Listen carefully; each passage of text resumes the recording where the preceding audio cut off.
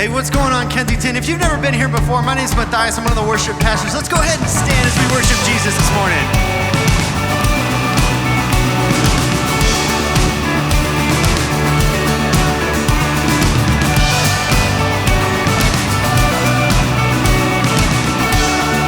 Well, we sing, you make the darkness. You make the darkness run and hide. You bring the broken back to life. Only you can. Only you can. You set me free from every chain. You fill my heart with songs of praise. Only you can. Only you can. Jesus, you're the only reason that I'm even breathing. I am wide awake. My heart beats only for your glory. My hands reach up for you to hold me. My soul sings, Father, you are holy. My feet dance to your rhythm, to your rhythm. Every beat is calling out your name. Yeah.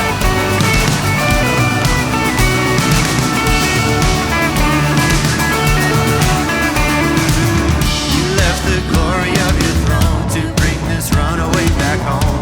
Only you can, only you can. You give me love, you give me life, you keep me dancing through the night. Only you can, only you can. Oh, my heart beats only for your glory. My hands reach up for you to hold me. My soul sings, Father, you are holy. My feet dance to your rhythm, to your rhythm. Every beat is calling out your name. Yeah. Oh, every beat is calling out your name.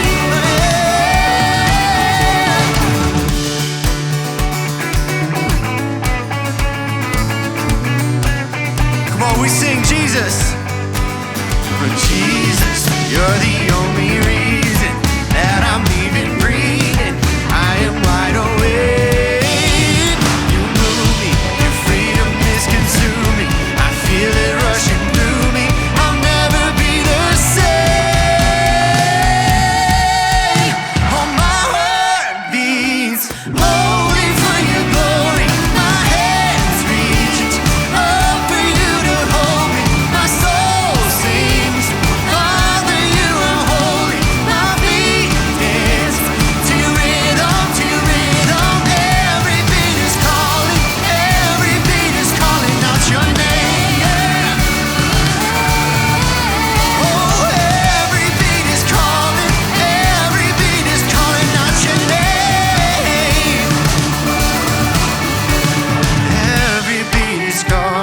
Every beat is calling out your name. Yeah.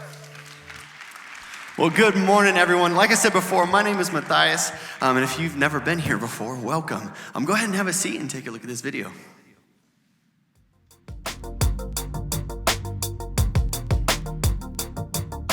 Hey Kensington, welcome to church. I'm Andrea Gibbs, the internship director here with my friend Nat Bergeron.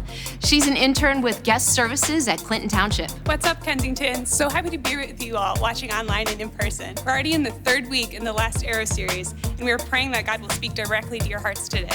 Absolutely. Today is all about that tendency to allow our past successes or shame define or limit our future. Oh yes, we've all been there. But God calls us to follow him in a new future, regardless of our past. Hey, speaking of a new future, you think we have any future interns watching today, Nat? Oh, absolutely. I remember just a few short months ago when I was considering the internship program, and my friend Faith told me about how surrendering to God and his nudge completely transformed her life in 10 months. I love that. That's how it all starts. Responding on that nudge and stepping into the next adventure of education, equipment, and empowerment. That's what happens in our Total Immersion 10-month internship. Both part-time and full-time internships offer leadership development, a hands-on approach to day-to-day operations, classroom instruction, and mentorship from staff. Natalie, other than the wonderful internship director that you get to work with. What's been the most valuable part of this experience for you so far? Yeah, I would say the most valuable thing is how the Lord has really taken my passions for reaching our community and showed me creative and unique ways to actually live out those dreams and my passions. Our program is ideal for young adults like Nat, career changers, and those preparing for ministry. Applications just opened up, so you can read more and apply today at kensingtonchurch.org/interns. And if the internship program isn't for you, we have plenty of other opportunities for you to jump into community here at Kensington.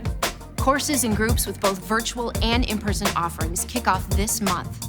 Explore your faith in Alpha, learn how to manage your money through Financial Peace University, get curious about the Bible and Bible basics, or strengthen your marriage in the marriage course. The best part about these groups is meeting new people and finding a community of people who are on the same faith journey. We truly believe that change happens in community. You can join a small group that meets virtually or in person. Just head to the website and filter through the options available. There's a group for everyone.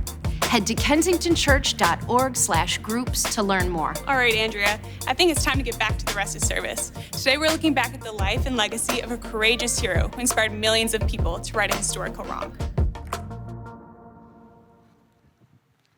Good morning, Orion. You guys are sleepyheads today. So I told first service, I've been making an observation the last couple weeks. I wanted to share it with you guys as well. First service, for some reason, seems to sit way back. Like, I don't even think nobody even sits in this row. And then that row, there's like one person in that row. So I made a conclusion. They're the bad kids, right? Because that's what you did in school, right? You sat all the way in the back, which means, don't laugh, y'all were the teacher's pets. So I'm getting to understand the dynamic of my two rooms today. It's good. Something really quick I just want to throw out and get out of the way.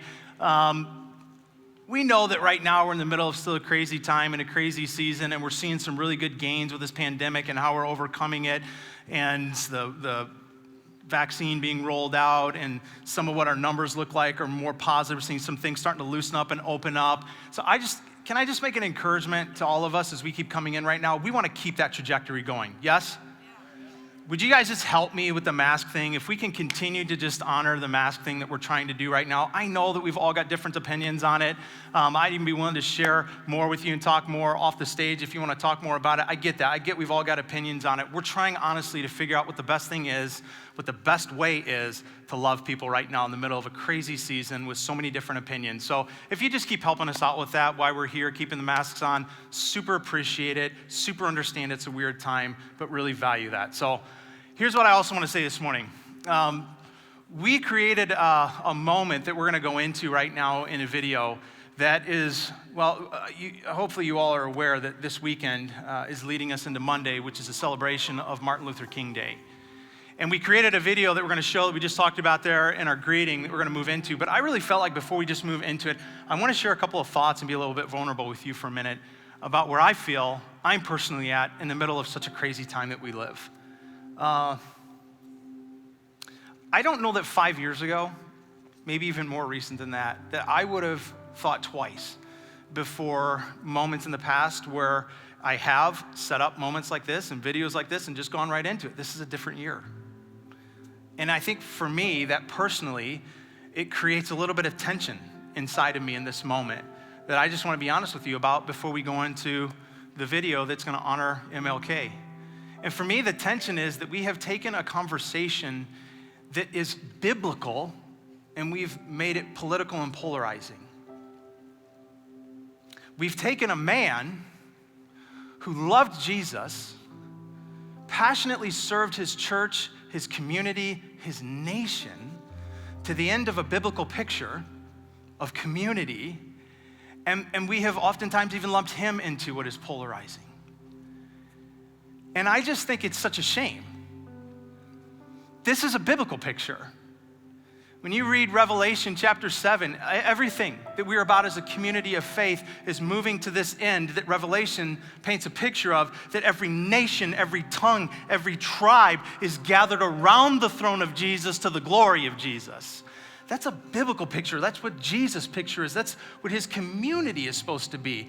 And we've taken what is supposed to be the heart of Jesus and warped it into this conversation that can be so difficult to have and polarizing to have, that there's even a temptation maybe for some of us to think, Right now, particularly, of course, we're going to honor MLK on MLK weekend in the middle of the craziness that we're in. And I just want to say, I hope that we can breathe deep the scriptures that lead us to the picture that is what Jesus died for, which is his community of people, all of us, nation, tongue, tribe, around the throne of Jesus, loving one another and denouncing anything against that love. And so we want to take a minute and celebrate this man who loved Jesus, who served his church, who lived for a picture that was biblical and Jesus, and who died for it.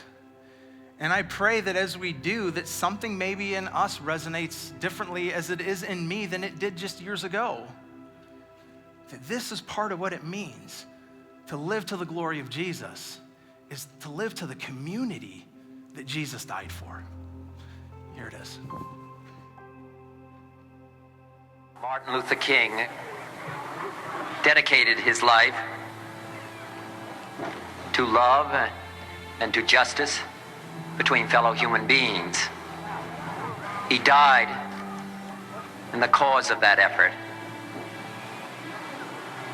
In this difficult day, in this difficult time for the United States, it's perhaps well to ask what kind of a nation we are and what direction we want to move in. When you come to the point that you look in the face of every man and see deep down within him what religion calls the image of God, you begin to love him in spite of. No matter what he does, you see God's image there.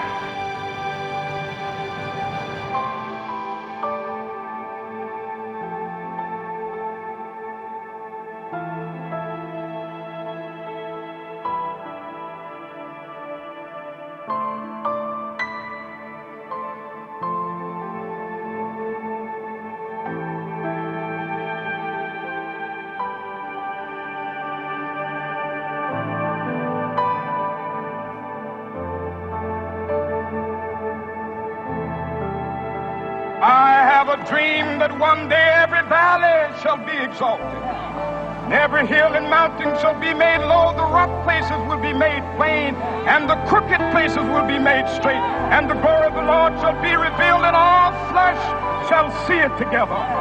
This is our hope. This is a faith that I go back to the South with.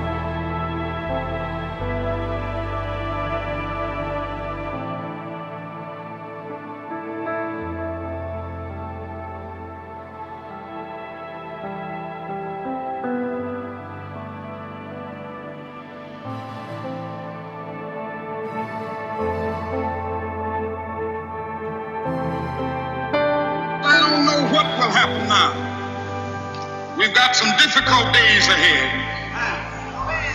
but it really doesn't matter with me now because I've been to the mountaintop. I don't mind. Like anybody, I would like to live a long life. Longevity has its place, but I'm not concerned about that now. I just want to do God's will. And He's allowed me to go up to the mountain. And I've looked over and I've seen the promised land.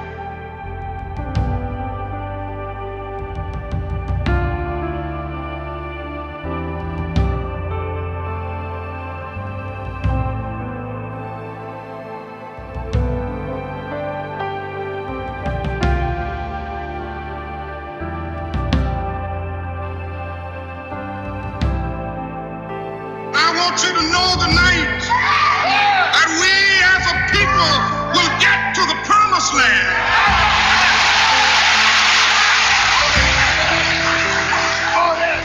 So I'm happy tonight. I'm not worried about anything. I'm not fearing any man. Mine eyes have seen the glory of the coming of the Lord.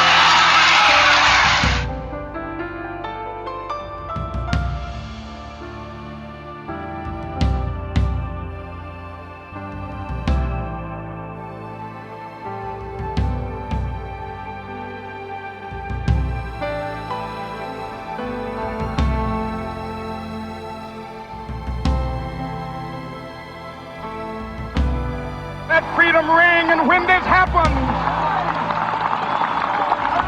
and when we allow freedom ring, when we let it ring from every village and every hamlet, from every state and every city, we will be able to speed up that day when all of God's children, black men and white men, Jews and Gentiles, Protestants and Catholics, will be able to join hands and sing in the words of the old Negro spiritual, free at last, free at last. Thank God Almighty, we are free at last.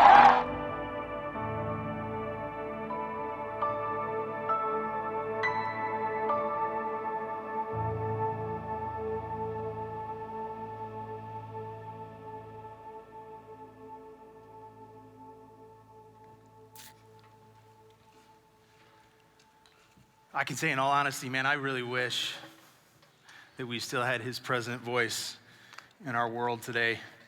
So I called my dad this morning. It's funny, just this morning, I knew we were going to have that moment and show that, but it didn't dawn on me until this morning. We were in here for rehearsal, and I thought, my dad lived through that. I didn't live through that. I've never actually asked him about certain key moments in history that he's lived through. And so I called him just this morning, a couple hours ago. I was like, hey, Dad, totally random moment, totally random question. Do you remember that day when Martin Luther King was shot? And what do you remember about it? And so my dad, some of you don't know this, I've shared it a few times. My dad is blind. He's been blind since birth. His best friend is also blind. His best friend is a black guy named Tony, who's just like, I've never known our life without Tony. He's like older brother, oldest brother in our family. And so my dad tells the story that the day that happened, he said, I remember the very first thing that snapped into me that I thought is, I got to get a hold of Tony. And I didn't know this until my dad said it on the phone, or if I did, I've forgotten it over time. Apparently there was a day and age where when you'd pick up the phone, it would take several minutes to get a ringtone. That's weird. Anyways, so my dad said at first he's like waiting for a ringtone, and then he finally got the ringtone, and he said for multiple times over, the line just kept getting disconnected. And just this internal angst that he felt, that was the first thing he went to, this angst and almost panic, like I gotta get a hold of Tony. Where's Tony? What's going on with Tony? How's Tony feeling? He said that his next thought kind of grew more over the next couple of days, and it was just as all the fear about what was gonna happen in Detroit as a result, because you remember this was 68, 67 was a riot, so everybody's like, are we gonna go back to that? Is it gonna feel like that again? Is it gonna be even worse than that? And so there was this pullback that he remembers feeling with his family, like, don't go to Detroit, Detroit's gonna be bad. And even though he had family in Detroit, and they didn't wanna go anymore, and so it just like this complex feeling of love for his friend, fear that started to overtake him, and even as he described it on the phone, I thought, dang it, man, that sounds so much, in many ways, like right where we're at even today. And I love that as my dad just kind of recounted his story, it was what he had gone through and lived through, and that his heart was, first and foremost, my friend. And I'd love, one day maybe you'll get to meet him and Tony and even just hear their story. It's such a cool and powerful story of learning to love somebody else and never see them is just incredible. But there's this reality of their hearts being drawn to each other in this very dark, broken moment in our history. And I loved as he just shared that, just being able to relay that to me and what that means for us as we move through such a divided and, I think, difficult time in our own history right now. I pray that we as the church, especially maybe today as we go through what we're going to talk about today, would lean in a little bit heavier to what God is asking us to do and to be as his hands and his feet, as his people and his voice in this world right now. Today, the topic and the title of the message is Choosing Your Future. And possibly it aligns no better than it does with this being the celebration weekend of MLK and a man who lived and ultimately, obviously, we know, died for the future that he was fighting for and choosing. So I hope that for you, if you've been a part of the series at all in the last couple of weeks, that it has been food to your soul. It seems like for many of us it has. And I can tell you in all honesty, it has been to me. And I'm not just saying that. Like you, for me, even as a pastor, as a preacher, there are times that there are certain series we do that just resonate deeper than others. This is one of them. This is one of those series that's just challenging things in me that I think really need to get challenged. Even this morning, driving here with my son on the way in, like he and I were having conversations just today about ways that some of what we're talking about are really stirring things inside of us. So this is having a good impact on me. I pray it is on you as well. The series that we're basing this off of is by the same title, The Last Arrow, written by a man named Erwin McManus. And if you've not had a chance to pick up that book, I would just encourage you to. We're not doing an exact one-for-one with the book, so it will feel like added material, it'll feel like an addition, and hopefully will be a benefit to you to go through the book as well. I want to point out the subtitle to the book, though, because I think the subtitle to the book is as much an explanation of this series as it is to the book that McManus wrote. On your screen, this is it. The subtitle is just Save Nothing for the Next Life. Save nothing for the next life. We said on week 1 that one of the surest ways to sabotage your own life is to only live for this life. To live with this set of blinders on that only goes after what this world offers and what this world provides, and miss that we are eternal beings to live for eternal purposes. To ultimately go through life with what we said on week 1 is a sense of like waking slumber. The Apostle Paul writes about this in the book of Ephesians when he calls us to be people who wake up and make the most of every opportunity. And he says, why? Because the days are evil. And if he says the days are evil, so wake up, it's almost as if to indicate that there is a certain ability every day carries that lulls us, like rocks us into a sleep, that would have us go through life still living, still awake, and yet sleeping to the realities of God, to the purposes we were made for, and to the relationships that we were made for. And so Paul says, and here's the intent of the whole series behind it, Paul says, make the most of every opportunity, but we've got to wake up first. And when you think of making the most of every opportunity, I've been thinking a lot, like, we don't get to the end of our lives and regret some of the things that we live our lives pursuing. Right, like most of us, when we get to the end of our lives, we're not going to regret that we didn't work a little longer. Like, I should have gone into the office more, right? Nobody's going to get to the end and their regret is that their house wasn't a few square feet bigger or their boat wasn't a few feet longer. When we get to the end, the regrets that will consume us will be in one of two categories: relational and impact. Usually by the time we get to the end, what consumes us and what regrets we find ourselves having relationally are maybe the relationships we didn't form, the ones we didn't restore, maybe the ones that we didn't value the way they deserved to be valued. Like, we don't get to the end and find ourselves haunted by, did I climb the ladder high enough? We find ourselves getting the end wondering, did my life matter? Impact. Like, did it matter that I was here? And so that's why we said on week 1, like, the call for us as a church, especially this year, is to wake up to the purposes that God has for us. And then last week we said it is to also wake up to the promises that God has for us. But here's what I'm so excited about today. And today is so simple. Like, some of you are even gonna go, I got out of bed and come to church for this. Like, it's so simple. But here's the reality. Much of what we find in this book is simple. Not easy, but simple. Today is gonna be one of those moments where the whole idea is gonna be so simple, and yet some of us are missing it. And here's what it simply is. Regardless of what God has in store for your future, the plans he has, the relationships he has, you will never experience them if you don't choose them. That's it. You have to choose them intentionally. God's plans, no matter how much he longs for them to be your life and your experience, will not just automatically happen. That's one of the reasons why we've had this prayer that I've been asking you to pray all series long. Find space and place each day to just offer this up to God as a way to ask him, align my heart with yours so that I'll know your purposes for me. I'll know the relationships you're leading me to. And so I don't know if you've been doing that. I hope you have been, but I want to give you a chance like we have been doing the last couple of weeks. We're going to put it on the screen, and I'm just going to ask you, like, if this is your desire, like you're going, yes, I agree to that. I'm going to ask you to just stand with me, and we're going to say this out loud together. And some of you, I know you're going, I don't know that this is my desire. I don't even know that there's a God. I'm trying to figure all that out. I would just say, we made this place for you. We're so glad that you're here, and feel no uncomfortableness with just sitting or not saying this. But many of us in this room, we have journeyed the journey to say, Jesus, I want to know your heart, and I want it to be my heart. So if that's you, would you just do this? Would you stand with me for a minute? And we're just going to say this out loud by way of a prayer and a request to God together. So here we go. Ready? Jesus, cultivate my heart to care about the things you care about and to let go of the things that you don't. If you'll stay standing, I just want to pray for us for a minute. Father, I just come before you, you who all of heaven and earth derive its name from, and I'm just so thankful. I'm so thankful that you are aware of every name in this room, watching online. You're aware not just of our names, but our joys, our sorrows, our dreams, our past, everything that makes us us. You are so intimately aware of all of it. And so you who are the God that knows us by name, who knows everything about us, would you speak into us today? God, would you just give us a chance to really understand your scriptures and what they mean for us this morning? Would you give us the opportunity to break out of, for some of us, what might just be the go through the motions of church today, and instead have a genuine, deep encounter with you, where you rattle something alive in our hearts that maybe wasn't there when we walked in or when we tuned in. Jesus, you are so good. You are so good to speak. You are so good to love us. You are so near and present. And so would we be aware of that presence this morning? In your name, amen.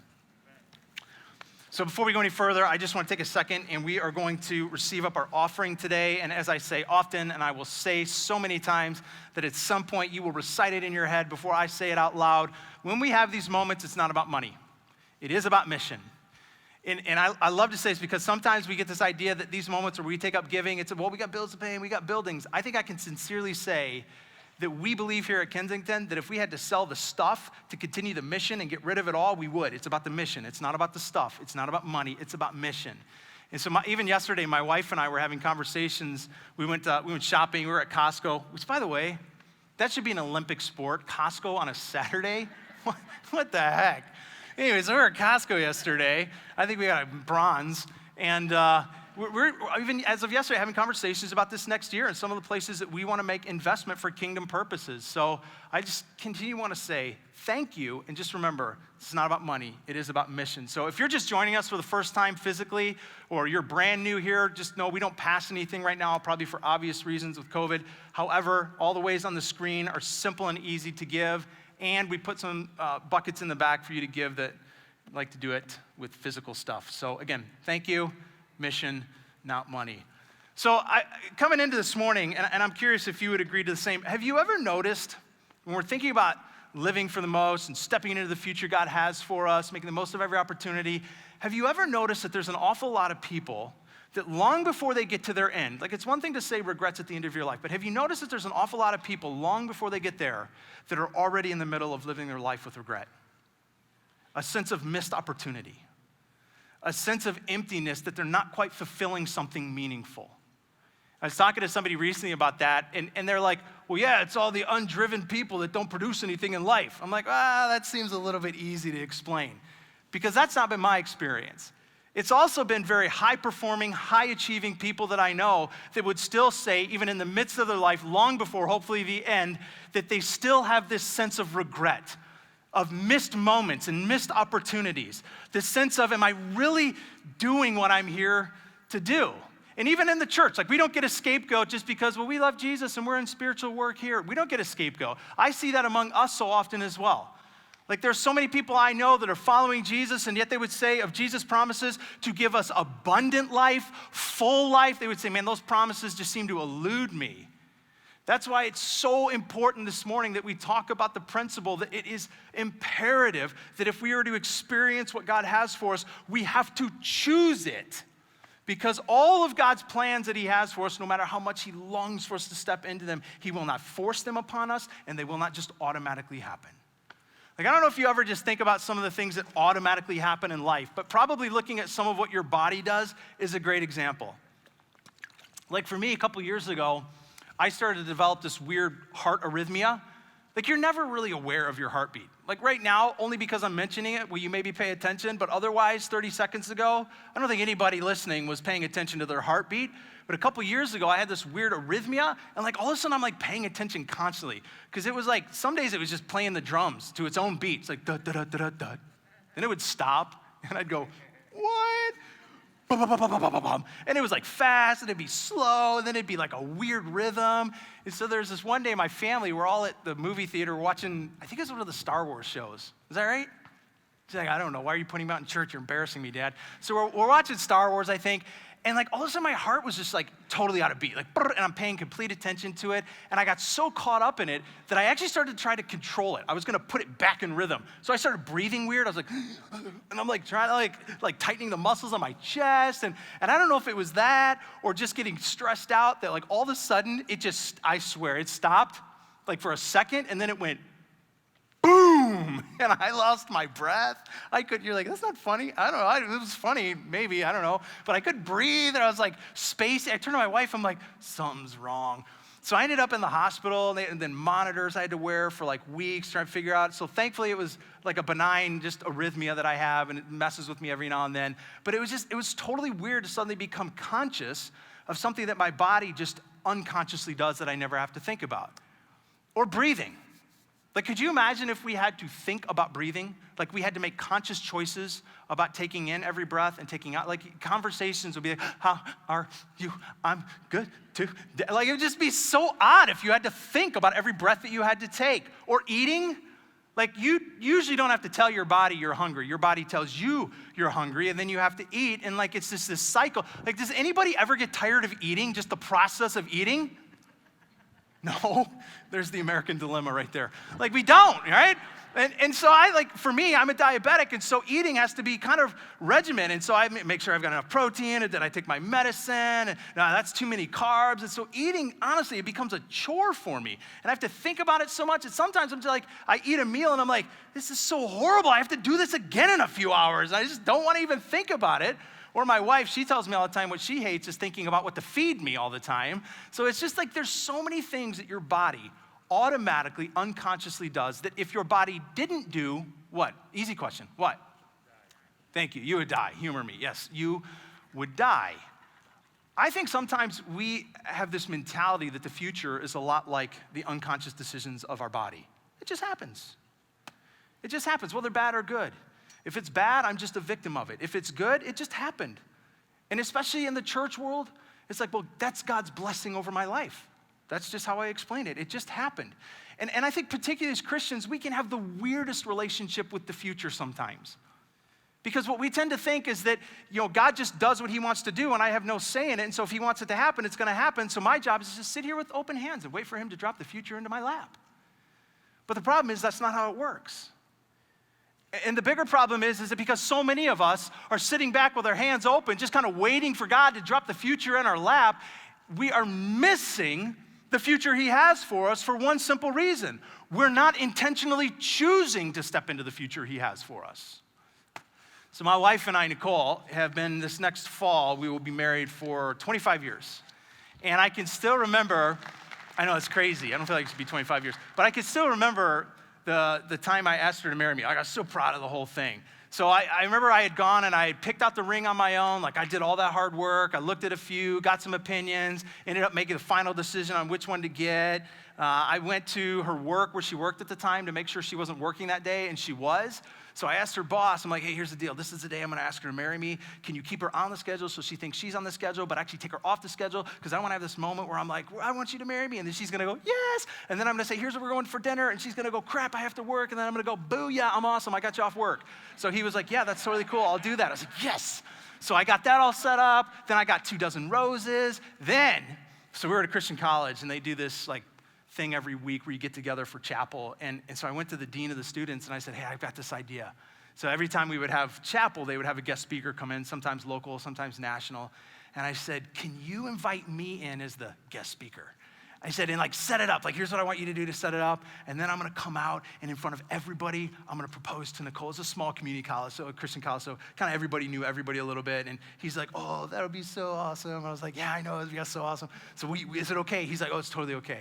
So the day comes, and I remember coming out in the back, and I'm hiding behind the curtain. I've got the 12 roses. I've got the ring. I'm all ready. And then he makes this awesome setup, and I come walking out, and everybody's like, oh, like they knew it was going to happen. I come walking up to her. I get down on my knee. I recite this whole speech that I had made up for her, and I love you so much. You're my best friend, all that kind of cheesy stuff, and I'm going to die with you, blah, blah. And then I have this moment where I go, will you marry me? And I freaked out because I started thinking in my head, Did she really give me enough indication up to this point that she's going to say yes? Because I got a lot of people watching me right now. And she paused. She was like emotional. My wife is like just such a tender heart. She gets emotional in a moment. She just stares at me. I'm like, I don't need your tears. I need your yes. Like, say something. So conclusion is she chose wisely. She stepped into the right future. Maybe. Here's my question for you. Are you choosing wisely? Because every single day, we're faced with, I believe Erwin McManus actually says this in this book or another book, somewhere between 30 to 50,000 choices that we make in any given day. You're faced with an awful lot of choices every day, and I would bet that an overwhelming majority of them will impact the future you do or do not step into. Are we choosing wisely? I want to spend the rest of our time in a book that's one of my favorite stories, and honestly, one of my favorite people. His name is Peter. The story is out of John chapter 21. I'm going to read one more verse before we get there, but for those of you that like to follow along, you can get there ahead of me. So John 21. Peter is, in many regards, for me personally, he's one of the easiest people in the Bible to identify with. When I read Peter's story, if you're familiar with it at all, you'll know some of this stuff, but Peter was just such a hothead. He's a go-getter. He went and got it wrong as much as he got it right. I would say this about Peter. If you and I were putting together a list of the 12 most likely people to walk this earth beside Jesus, Peter would not have probably made our list. Like, he was volatile, hot-headed, temperamental. I wouldn't doubt that he had a foul mouth that matched his foul temper. Peter was a guy who, in the scriptures, we have more recorded moments of him arguing with Jesus than any of the other disciples. Like, how do you argue with God? Like, if God says it, you're just like, okay. He's like arguing with him face to face. There's even more than one reference in the Bible to moments with Peter that we get to see that he had a certain struggle in his own heart with racism. Like, this is Peter. And yet, on the other hand, Peter is a guy in the Bible that, as you read his story, gave up everything to follow Jesus. Everything. In a sense, his heritage, because he walked away from a job that his dad had taught him, whose dad had taught him, gave up his stuff and possessions, gave up his reputation. He gave up everything to follow after Jesus. It was Peter who wrote 2 books of the Bible eventually. It was Peter who even became at one point seen among all the other disciples as a sort of spokesman for them and their leader. Like, it was Peter that did so much on the other hand. Like, this is a guy who went from fisherman to follower to disciple to martyr. And throughout the course of his journey, as you study Peter, his life is marked by these significant moments, listen, of intentionally choosing the future that Jesus was inviting him into when he said, "Follow me, Peter, follow me." Interesting thing about the invitation to follow me is the destination is unclear, but the leader is. And so Jesus would make this invitation to Peter at the onset of the relationship, "Follow me," and Peter did. His life was marked by very intentional moments to choose the future that Jesus had for him. But there is this one moment where Peter chose differently. And the choice that he made actually began to send him into a very different future. And ironically, that future was actually his past. Before we read that moment, I want you to see, this is Peter, the bravado Peter, the bang his chest, passionate Peter. Here's the opposite from where he ends up. So in chapter 26 of Matthew, I think verse 35 will be on your screen, but I want to read verse 33 as well. Jesus was with his disciples and having a conversation, and Peter pipes in and says, verse 33, "Even if all fall away on account of you, I never will."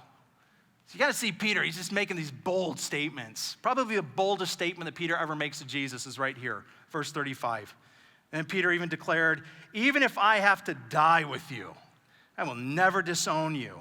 And all the other disciples said the same. This is so funny. Again, this is more than just like a peek into Peter because of the declaration he makes to Jesus, but how he makes it. Like, he's standing there in the midst of the other disciples, and he starts off, he's like, "Even if all those guys bail on you, I'm not doing it."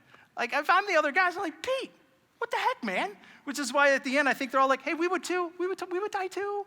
But here's Peter, like, he's brash, he's a little arrogant, super passionate, ready to charge in. And in this moment, he makes the boldest declaration to Jesus that he could: "I will never abandon you." Matter of fact, Jesus, before I would ever abandon you, I would die with you. And if you know Peter's story and you know Jesus' story, that's actually not what happened. As a matter of fact, in Jesus' most desperate hour, it ends up becoming his loneliest hour. When he's arrested in the garden that would lead to his trial and ultimately his execution, all of the disciples abandon him, including Peter. But Peter even goes a step beyond that. Because Peter was curious enough to want to follow the crowd that was assembling to watch the trial and ultimately the execution. And in that crowd, he gets recognized 3 different times. People go, "Yeah, you're one of his followers, right?" And 3 different times, he's like, nope, I do not even know that guy. All the way up to the 3rd time when somebody accuses him, he gets frustrated and he snaps back. He's like, "I don't know the guy." So this is Peter, right? Disciple, follower. I'll die for you. And in the moment of Jesus' most desperate hour, he's like, I actually don't even know the guy. But here's the thing, that's not his step backwards. It's what led to it. But here's his step backwards, John 21. Verse 1 says this, after Jesus appeared again to his disciples by the Sea of Galilee, it happened this way. So I'm going to read how it happened, but I just want to note, this is going to be the third time that Jesus will have appeared to his disciples. I don't know if all of us are aware of this, but when Jesus rose from the dead, he didn't come back from the dead and immediately go back up to heaven. It was well over a month's time that we believe he walked this earth, interacted with people, taught, visited. So twice already, he's presented himself to his disciples. This will be the third time. Here's what's interesting to note about that. There doesn't yet seem to be a reassembling of the team that's occurred. Everyone is kind of scattered and stayed scattered. And so here's what happens on that beach. Simon Peter, Thomas, also known as Didymus, Nathanael from Cana in Galilee, and the sons of Zebedee, and the other 2 disciples were together. I'm going out to fish, Simon Peter told him. And they said, well, we'll go with you. And so they went out and they got in the boat, and that night they caught nothing. Early the next morning, Jesus stood on the shore, but the disciples did not recognize that it was Jesus. And so he called out to them, friends, haven't you caught any fish? No, they answered. So he said to them, well, throw your nets on the right side of the boat and you'll find some. And when they did, they were unable to haul in the net because of such a large number of fish that they caught. So what happens next in the next couple of verses, if you were to continue to read it, is that there's a moment where John, who's in the boat, recognizes that's Jesus. Peter gets all excited, steps up in the boat, leaps out. Again, this is Peter, swims to shore, abandons everybody else. They've got to do the work. He gets into shore. Finally, they row into shore. He goes back, helps them haul in 153 fish in a net that frankly was more than that net could have held. So even that was a miraculous moment. They get the pile on the shore, and then Jesus is cooking breakfast. And so they sit down and they all eat breakfast together. And then there's a conversation we're going to look at in just a minute that Peter and Jesus end up having. But here's what's fascinating to me in this moment as I read this, is that Peter, in this moment, was choosing a very different future than Jesus had for him. And the future he was choosing was actually his past. He went back to what he knew, which is fishing. He went back to what he understood. And I think in our own lives, probably nothing more than a moment of failure, a moment of regret, will have the temptation and the tendency to have us choose the wrong future. And a lot of times in that moment, what it'll invite us to choose is the past.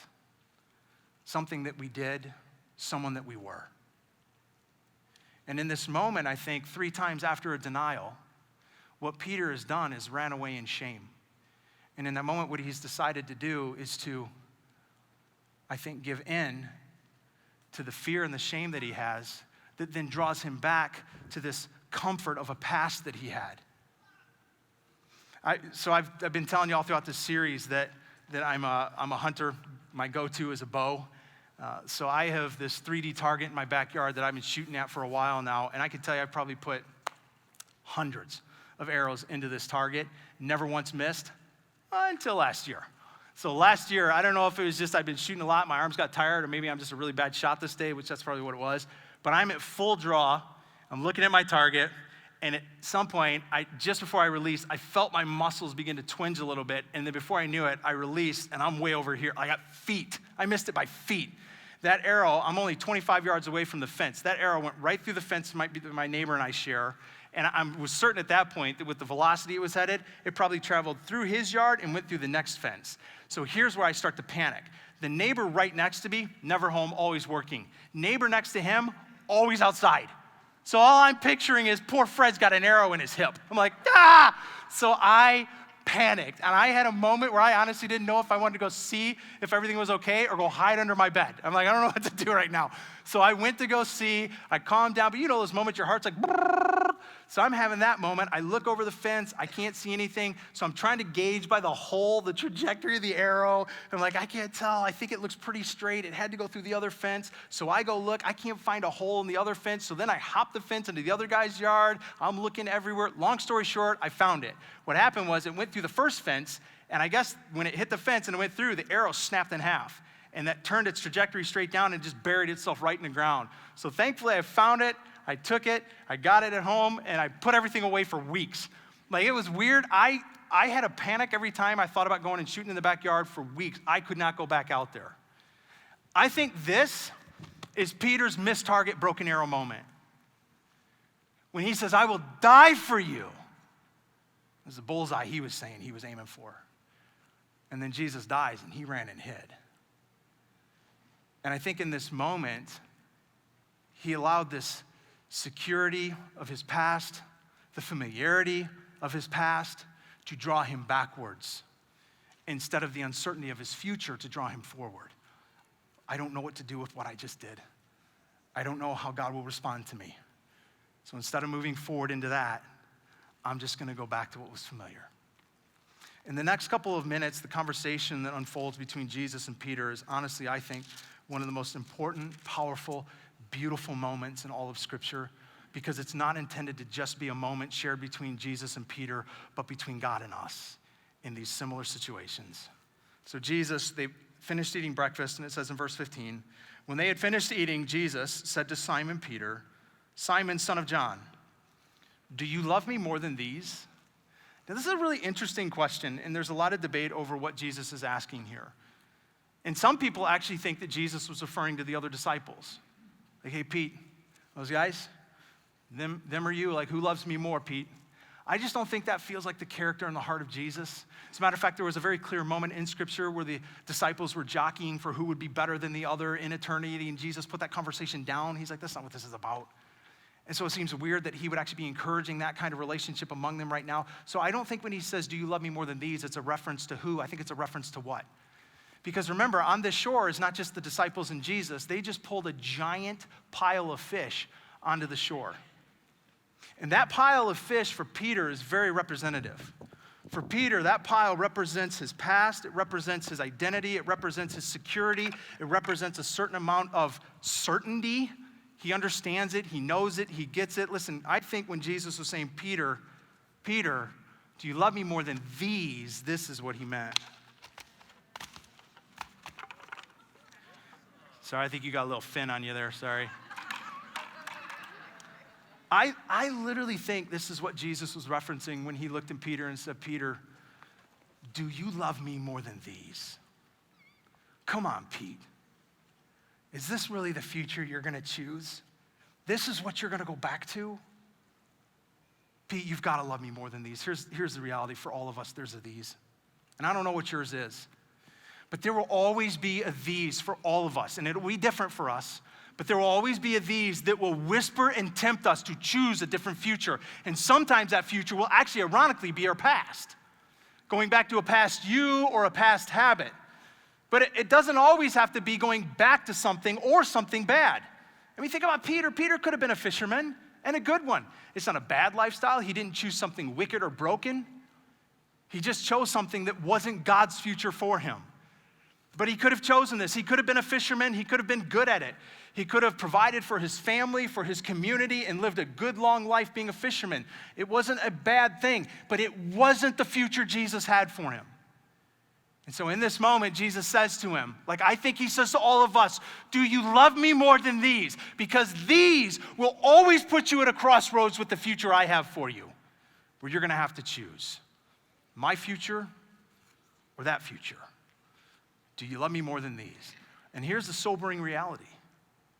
Some of us are going to live for these. And no matter what you accomplish in this life, no matter how great it even is, if it's accomplished outside of stepping into the future Jesus has for you, at the end it will be nothing more than a smelly pile of fish. Which is why Jesus asks us before we get to that point, will you love me more than these? And so Peter responds to him, and he says, yes, Lord, you know I love you. And then Jesus said, well, then feed my lambs. And again, Jesus said, Simon, son of John, do you love me? And he answered, yes, Lord, you know I love you. And Jesus said, then take care of my sheep. The third time he said to him, Simon, son of John, do you love me? And Peter was hurt because Jesus had asked him a third time, do you love me? And he said, Lord, you know all things. You know I love you. And Jesus said, then feed my sheep. Because I tell you, when you were younger, you dressed yourself. You went where you wanted to go. But when you are old, You will stretch out your hands, and someone else will dress you and lead you where you do not want to go. And Jesus said this to indicate the kind of death by which Peter would glorify God. And then he said to him the same thing he initially said when he pulled him away from the boat the first time. Then Peter, follow me. Peter, follow me. I love that Jesus had a future for Peter.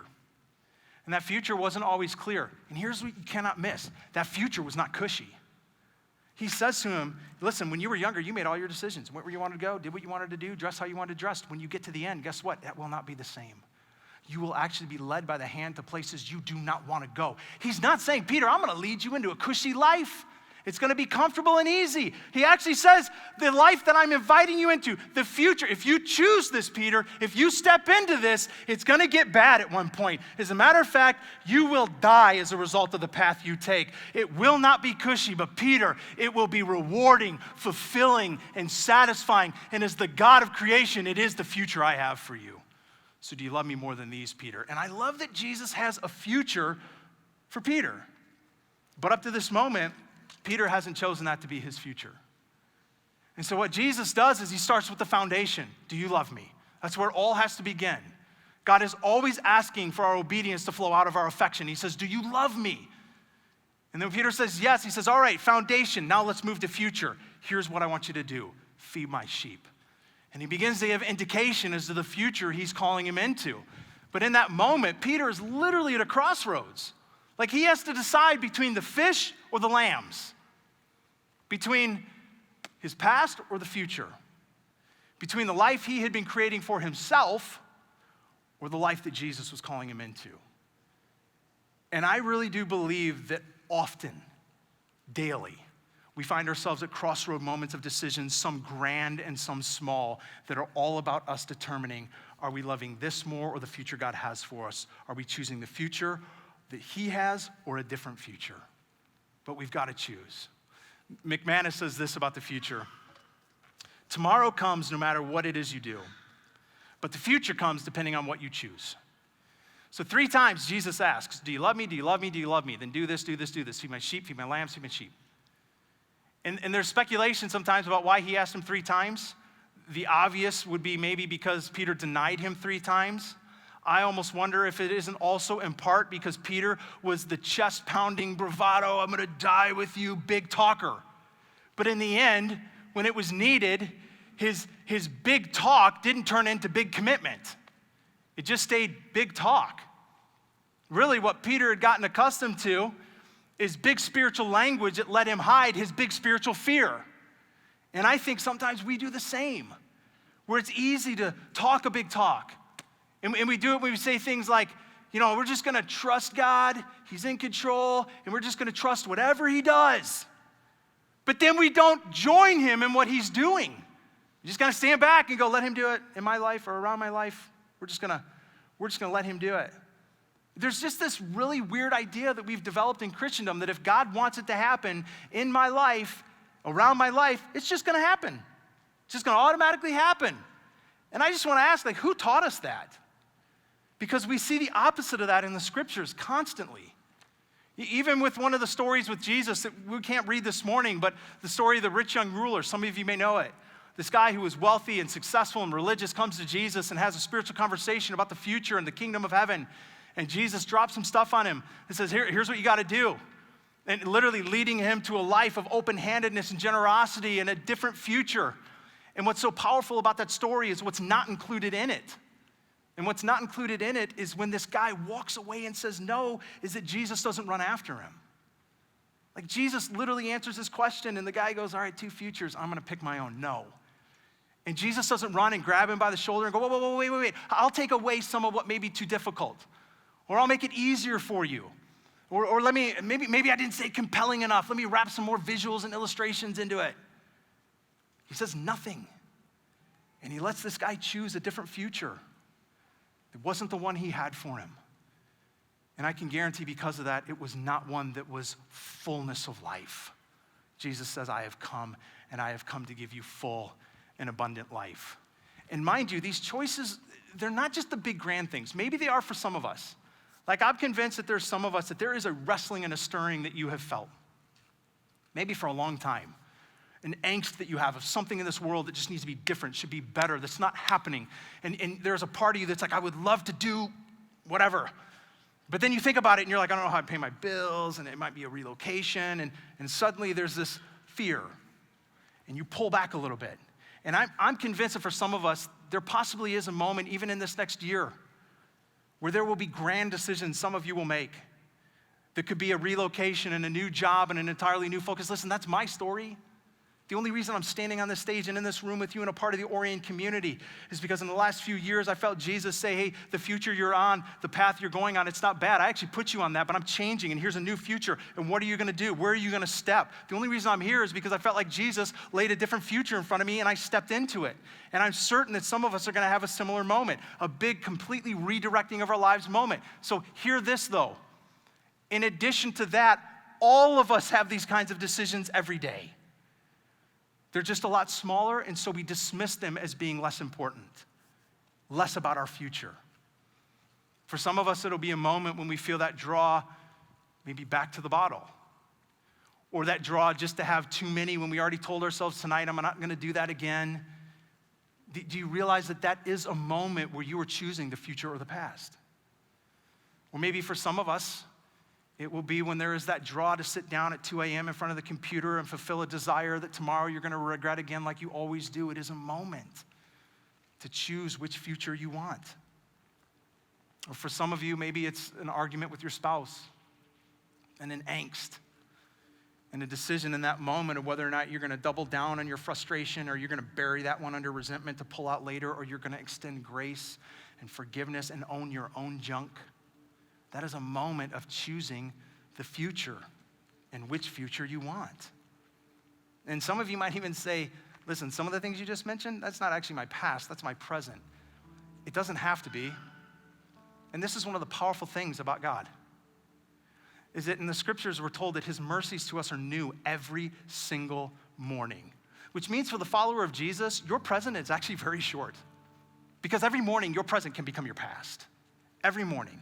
Every decision, your present can become your past, which is why what you choose in everything is so critical and so important, is that the future Jesus has for you. Have you noticed that evil never begs for God's permission to create the future it wants? Stalin, Hitler, they didn't wait for God's permission to create the future they wanted. They just did it. And yet I see so often that men and women of Jesus stand back and just wait. And we even have a tendency to look at the brokenness, look at the angst, look at the evil around us, and get mad at God and go, God, why don't you do something? Like maybe even this year you've been doing that. Looking at things going on around the world, and just, God, why aren't you doing something? And I think God looks back at us so often, and I think he's screaming back. I did. I made you so you do something. You move into the darkness. You move into the brokenness. When Jesus said, your kingdom come on earth as it is in heaven, that wasn't just gonna magically, automatically happen. We are the heaven initiators. We are the change agents of God. And sometimes we just sit back and we wait for change to happen in our lives and around our lives. History bears out true that changes nothing.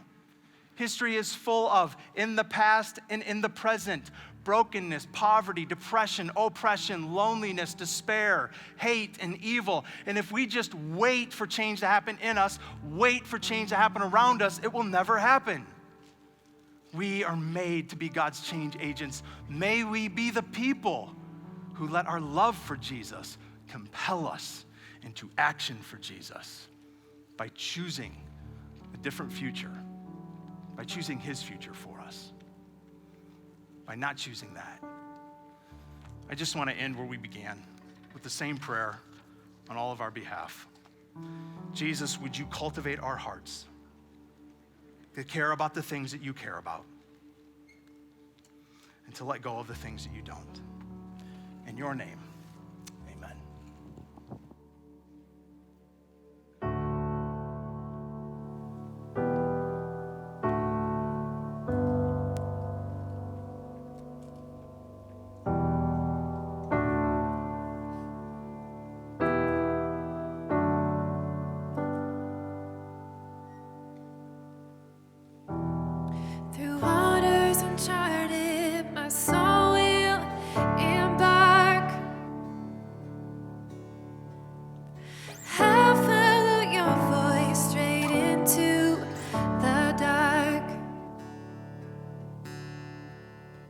and in from the course you intend I depart. Speak to the sails of my wandering heart.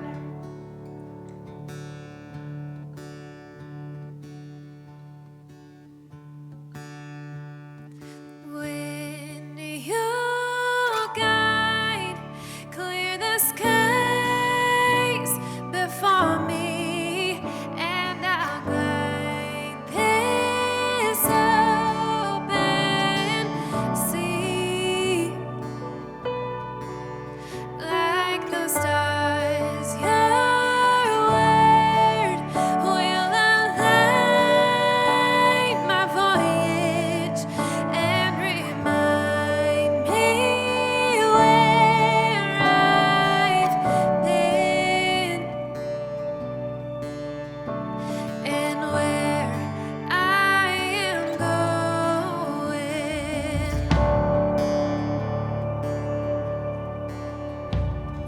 Lost in the shallows amidst fear and fog. Your truth is a compass that points me back north. Jesus, my captain, my soul's trusted Lord. All my allegiance is rightfully yours. Like the wind, you'll guide, clear the skies before me, and I'll guide this open sea. Like the stars, your word will align my voyage and remind me where I've been and where I am going.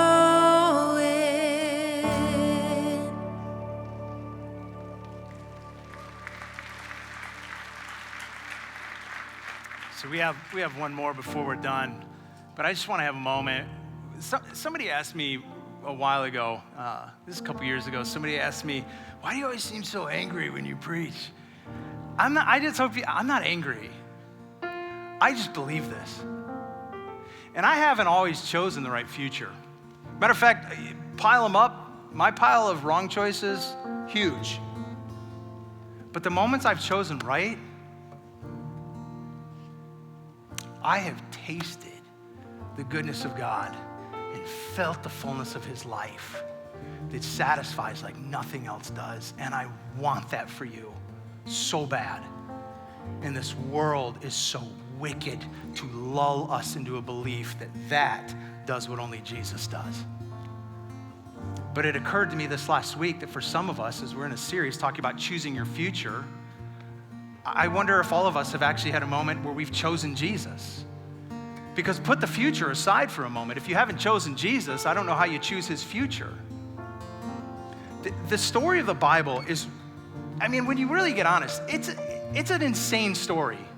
Number one, that there is a God over creation, an almighty who with the breath of his lungs breathed into existence everything that is. Spoke it into existence. The stars, the planets, the beauty of sunrises, the falling crash of waves, and then after all of that, decided something was missing and we became the crown jewel of his creation. And he made you and I. And not just to make us to then abandon us, he made us to love us, to know us. God wants to be with us, wants to love us, wants to be loved by us. Like, it's crazy. And then we wrecked it. And we spent our lives doing this and pursuing this. And he said, okay, here's what I'll do. I'll clean that whole mess up by coming and becoming one of you and showing you how to do this human thing and then taking the place for every moment of mistake and brokenness. On that cross, conquering the grave, walking out of it, all for one end, to know us and relate to us and have relationship with us. That the God of creation wants to be to us like a dad. Like, that is unbelievable. And I just wonder, have you stepped into that yet? Or is this just kind of a religious motion, church thing still, and you haven't had a moment where you've gone, yeah, I want to choose Jesus for my life. So I want to give you an opportunity to do that. Because sometimes we think it takes way more than it does. We think it takes like going to church a certain amount of times, memorizing certain parts of the Bible, cleaning parts of our life up. Listen, I will tell you this, it takes more than you can ever pay, which is why he paid it. For you, it takes nothing more in this moment than acknowledging what Paul said in Romans, Jesus Christ is Lord, crucified and resurrected. I got a lot more questions than that. So do I, so do we all. But if we can acknowledge that and say, I can choose Jesus, then I want to invite you to do that right now. Whether in the room or watching online, I want to invite you to do that. And how am I going to do it? I'm going to give you a prayer to pray. There's no standard, there's no way to do this in the scriptures. But I just try to put words into heart into words, and then give you an opportunity to respond to God. So I'm going to do this. I'm just going to pray a prayer, and I'm going to ask if you're in this moment going, I want to choose Jesus. Yes, I want to choose him. Then would you just pray this prayer with me? And I'm going to ask you to do this. Would you do it out loud? And I know for some of you, you're like, I don't want to be out loud and be heard. There's just this thing in Romans where it says when you confess with your mouth. And I think there is something powerful about taking what's in your heart and putting it into your words. And so I'm going to ask you, if you're choosing Jesus, put it into your words and let it echo through creation. So pray this with me. Here we go. Dear Jesus, today I choose you. Amen. And you're like, wait, that's it? Yes. There's going to be so much more that the two of you will talk about over time, but that's where it begins. Choosing Jesus. The next song we're going to sing, I think is so perfect to wrap the day up with. Because as we choose him, there are promises that have become our certainty. So you chose today, his promises are yours. God of Abraham, you're the God of covenant and faithful promises. Time and time again, you have proven you'll do just what you say. Though the storms may come and the winds may blow, I'll remain steadfast and let my heart learn when you speak a word, it will come to pass. Great is your faithfulness to me. Great is your faithfulness to me. From the rising sun to the setting same, I will praise your name. Great is your faithfulness to me. Oh, you are never changing. Faithfulness never ending.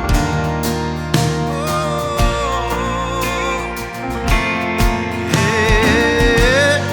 God, from age to age, though the earth may pass away, your word remains the same. Yeah.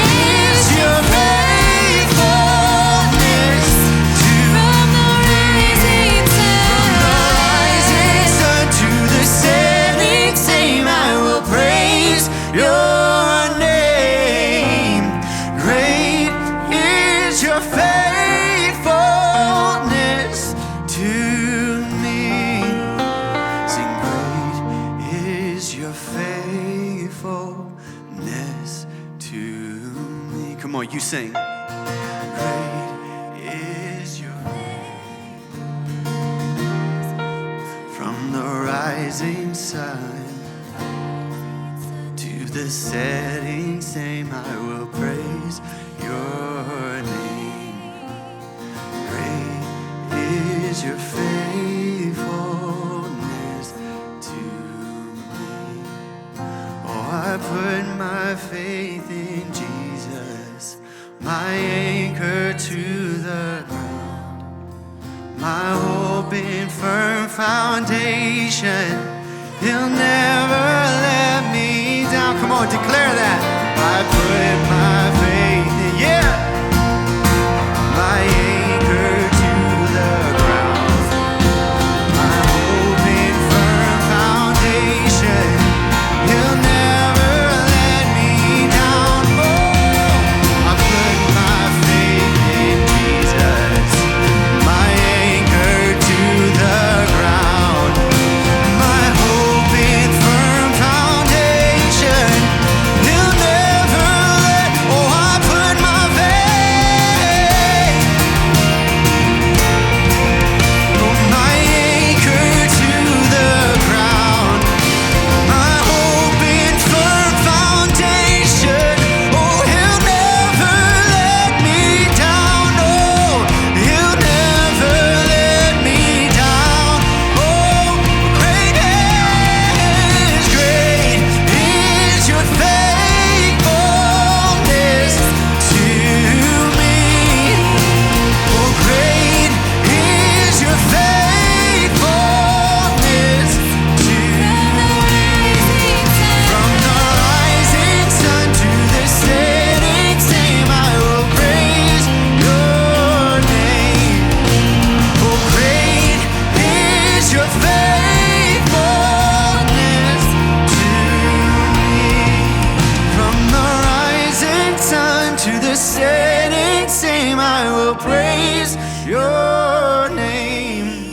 From the rising sun to the setting same, I will praise your name. From the rising sun to the setting same, I will praise your name. Jesus, great is your faithfulness to me.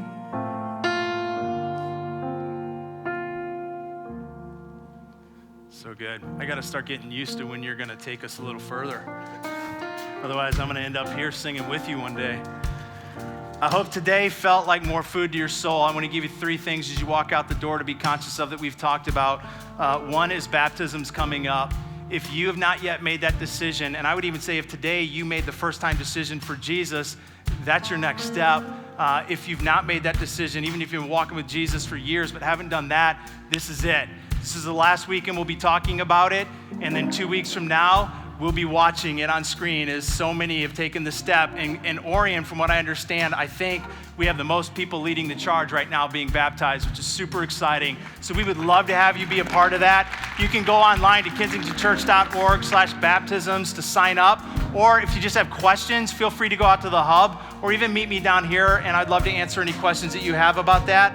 We also have opportunity for you to get involved and to plug in. So as we're talking about stepping into the future, for some of you, it's stepping into community. Maybe that means a step into here at Orion.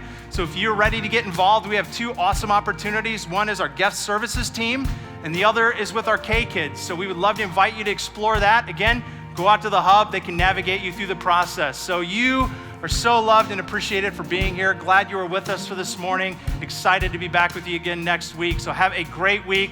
We'll see you next Sunday.